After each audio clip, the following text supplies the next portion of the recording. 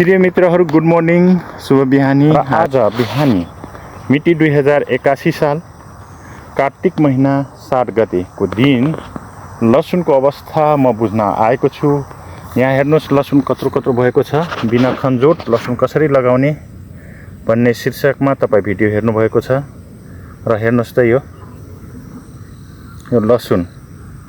यदि त्यो भिडियो तपाईँ हेर्नु भएको छैन भने त्यसको लिंक म डिस्क्रिप्सनमा हालिदिन्छु, तपाईँ हेर्न सक्नुहुन्छ वा आई बटनमा हालिदिन्छु। यहाँ हेर्नुहोस् त लसुनको अवस्था हेर्नुहोस्।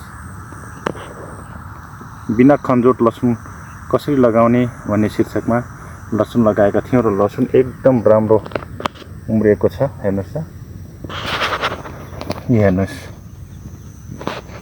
आज मिति 2081 साल कार्तिक महिना 7 गते को यो अवस्था हेर्नुहोस्। हेर्नुहोस्, हेर्नुभयो।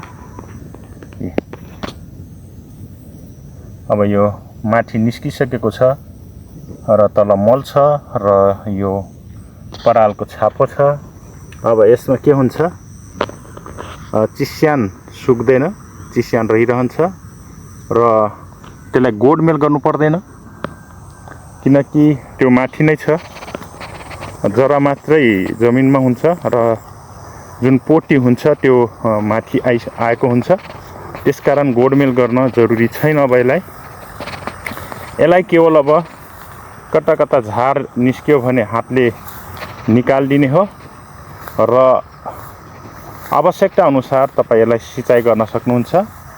र आवश्यकता अनुसार यदि तपाईलाई मलको अझै कमी लाग्यो भने तपाईँ माथिबाट मल छिटेर सिँचाइ गर्न सक्नुहुन्छ। र यसरी तपाईँ गर्नुभयो भने यो लसुन एकदम राम्रो फल्छ। म तपाईलाई यो अन्तिम समयसम्मको भिडियो म हजुरहरूलाई सेयर गर्नेछु। यहाँ हेर्नुहोस् त लसुनको अवस्था देख्नुभयो। हजुरलाई मन पर्यो कि नै हेर्नुहोस् त। र आज लसुनको अवस्था यस्तो रहेको छ। हेर्नुहोस्, हेर्नुहोस्, हेर्नुहोस् है लसुनको अवस्था हेर्नुहोस् त। ल, हजुरलाई कस्तो लाग्यो कमेन्ट गर्नुहोला, नबुझेको कुरा सोध्नुहोला। म आफ्नो एक्सपिरियन्स सेयर गर्नेछु ताकि तपाईले पनि बिना खनजोत लसुन लगाउन सक्नुहुन्छ। लसुन भनेको पानी खोज्छ बढी है, त्यसकारणले तपाईँ चिस्यानलाई कायम राख्नको लागि यो विधि एकदम मलाई उत्कृष्ट लागेको छ र हामीहरू सधैँ यसरी नै लगाउँछौँ। धेरै ठुलो तपाईँ छापो हाल्नुभयो भने यो निस्कन गाह्रो हुन्छ। ठिक्कको हाल्नुहोस् र यो अलिकति ठिक्कको, धेरै माथि रह्यो भने के हुन्छ भन्नुहुन्छ भने यस्तो यो दबेको छ नि यहाँनिर, यो निस्कन माथि खोज्छ तर गाह्रो हुन्छ यसलाई है। त्यसकारणले त्यति धेरै बाक्लो नहाल्नुहोस्, ठिक्कको हाल्नुहोस्। धेरै पातलो पनि नहाल्नुहोस् किनकि चिस्यान घटेर जान्छ।